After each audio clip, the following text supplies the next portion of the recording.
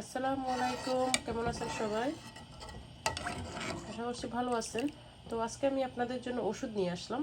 এটা অনেক অনেক বেশি উপকারী একটা রেমেডি।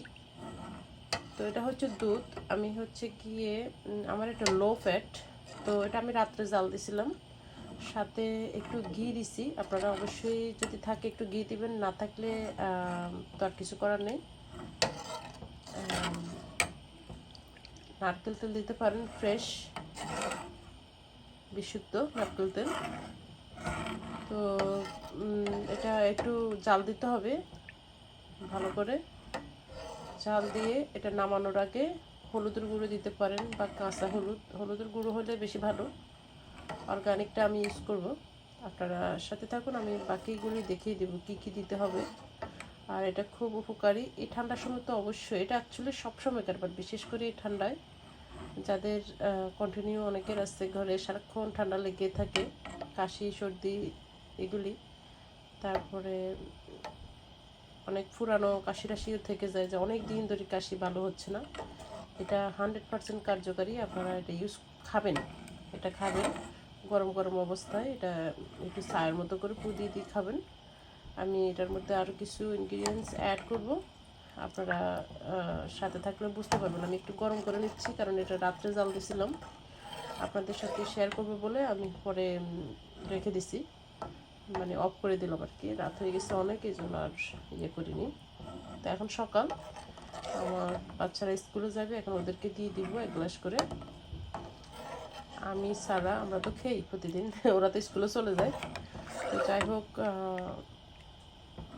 যাদের খুব দরকার তারা অবশ্যই এটা এই রেমেডিটা, এই রেসিপিটি ট্রাই করবেন। যাদের সত্যি খুব যে না কষ্ট হচ্ছে, অসুখ ভালো হচ্ছে না, জ্বর কাশি সর্দি এগুলি লেগে আছে, তাদের প্রয়োজন আর কি। যারা হচ্ছে গিয়ে অনেকে আছে যে কেয়ার করে না, যারা কেয়ার করেন তারা হচ্ছে গিয়ে ব্যাপারটা বুঝবেন। তো যাই হোক, আমি একটু ওয়েট করতেছি দুধটা একটু ফুটে উঠুক, তারপরে আমি বাকি ইনগ্রিডিয়েন্টসগুলো ইউজ করবো। তো এখানে দুধটা আমার উতরানো, আমি উতরিয়ে নিলাম, ফুটিয়ে নিলাম আর কি। তো এখানে এখন হচ্ছে গিয়ে আপনারা যদি মধু থাকে মধু দিবেন টেস্ট অনুযায়ী, যেমনটা সুইট খাবেন। আর আমার কাছে আছে তাল মিশ্রি, তো আপনারা রেগুলার মিশ্রি ইউজ করতে পারেন, বা তাল মিশ্রিটা হলে খুবই ভালো। এটা ঠান্ডা কাশি এগুলির জন্য অতিরিক্ত কার্যকারী। তো আমি হচ্ছে তাল মিশ্রিটা ইউজ করব। আপনারা মধু তাল মিশ্রি দুইটার একটা ইউজ করতে পারেন। সাথে আমি দিব ব্ল্যাক পেপারের গুঁড়ো, একদম মিহিটা ফাইন করে দিব আর কি, মানে গোটা গোটা টাইপের না আর কি। যাই হোক, আমি এটা মিহি করে এখানে দিব। আর দিয়ে দিব এখানে হলুদের গুঁড়ো। তো আপনারা মানে ভেজাল মুক্ত হলুদের গুঁড়ো দেওয়ার চেষ্টা করবেন, এটা অর্গানিক। তো আমি এখানে কিছু পরিমাণ হলুদের গুঁড়ো, এখানে 2 গ্লাস হবে। তো 2 গ্লাসের জন্য 1 টিস্পুন আমি হলুদের গুঁড়ো ইউজ করব, 1 টিস্পুন ব্ল্যাক পেপার, আর সুইটটা আপনাদের টেস্ট অনুযায়ী। ওকে, আমি দুধটা নামিয়ে নিচ্ছি চুলার উপর থেকে, দেন আমি এগুলি মিক্স করতেছি। আপনারা অফ করে দিয়ে তারপরে এগুলি মিক্স করে নেবেন। তো এখানে ধরেন 1 টিস্পুনের মতো আমি দিয়ে দিচ্ছি গোলমরিচের গুঁড়ো। গোলমরিচের গুঁড়োটা দিবেন, খুবই হেল্পফুল। তো গোলমরিচের গুঁড়োটা দিয়ে দিলাম। এগুলো দিয়ে জাল দিতে পারেন 5 মিনিট বা 2 মিনিট, এর বেশি না, বেশি জাল দেওয়া যাবে না। আর এখানে হলুদের গুঁড়ো দিয়ে দিচ্ছি আমি 1 টিস্পুনের মতো। ওকে, আমি মেজারমেন্ট করে দিইনি, বাট 1 টিস্পুনের মতো করে দিয়ে দিবেন আর কি, আন্দাজ করে বা মেপে, সেটা আপনাদের ব্যাপার। ওকে, কালারটা একটু হলুদ হলুদ হইতে হবে। তো এটা একটু হলুদ হয়ে গেছে, একটু ফ্লেভারটা হলুদ হলুদ লাগতে হবে আর কি। আমার কালারটা ক্যামেরায় প্রপার আসতেছে না, বাট এটা হলুদ হয়ে গেছে, আমি দেখতে পাচ্ছি যে এটা হলুদ হয়েছে। আর একটুখানি দিয়ে দিলাম, কালারটা একটু হলুদ হলুদ টাইপের হলে ভালো আর কি।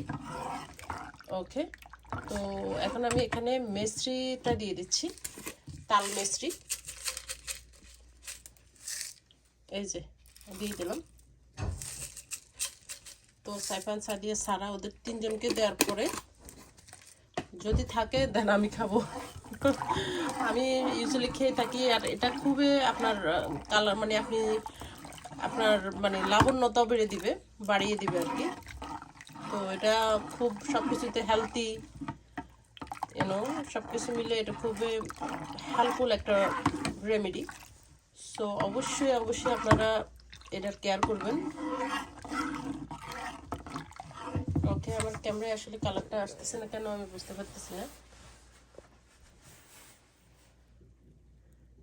এটা হচ্ছে প্রপার কালার। ঘি বা নারকেল তেলটা ইউজ করতে পারেন।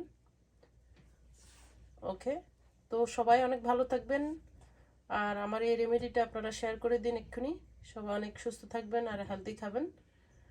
আর এখন তো অনেক ঠান্ডা, চারিদিকে শুধু ঠান্ডা ঠান্ডা, মানুষ অনেক অসুস্থ, কাশি জ্বর সর্দি এগুলো লেগে আছে।